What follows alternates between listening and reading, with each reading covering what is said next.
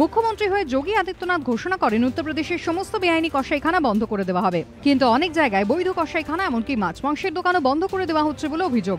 এই প্রেক্ষাপটে বিরোধীরা কটাক্ষ করে বলছে, উত্তরপ্রদেশকে কি গুজরাতের মতোই নিরামিষাশী করতে চায় যোগী সরকার? বৃহস্পতিবার এবিপি আনন্দ স্টুডিও এসে মমতা বন্দ্যোপাধ্যায় বিজেপিকে নিশানা করেন। আপরুচি খাওয়া পররুচি পড়া, তুমি কে সব ঠিক করে দেবে?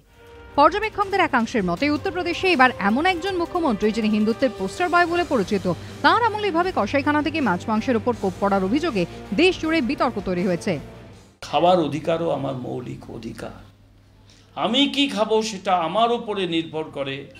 আমার খাওয়া কেউ ডিকটেট করতে পারে না, এটা খেও না, এটা খেও।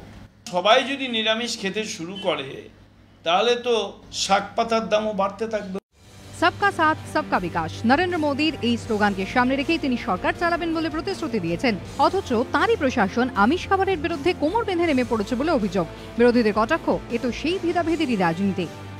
কে কি খাবে তাদের সরকারি বিধান দেওয়া হচ্ছে। পোশাক পরিচ্ছদ সবাইকে মোহন্তর মতন সাজ নিয়ে ঘুরে বেড়াতে হবে কিনা আমি জানি না।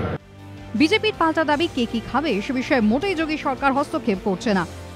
ওখানে অনৈতিক ইনলিগাল কাজ হতো, বেআইনি কাজ হতো। তারা বুঝে গেছে যে সরকার এসছে কাউকে ছাড়বে না। সেজন্য ভারতবর্ষে আমিষ খেতে কারো বাধা নেই, কারো খাদ্যাভ্যাস জোর করে পাল্টানো হবে না। উত্তরপ্রদেশের এই আমিষ বিতর্ক কোন দিকে গড়ায় সেদিকেই এখন নজর। অর্ণব মুখোপাধ্যায়ের রিপোর্ট, এবিপি আনন্দ।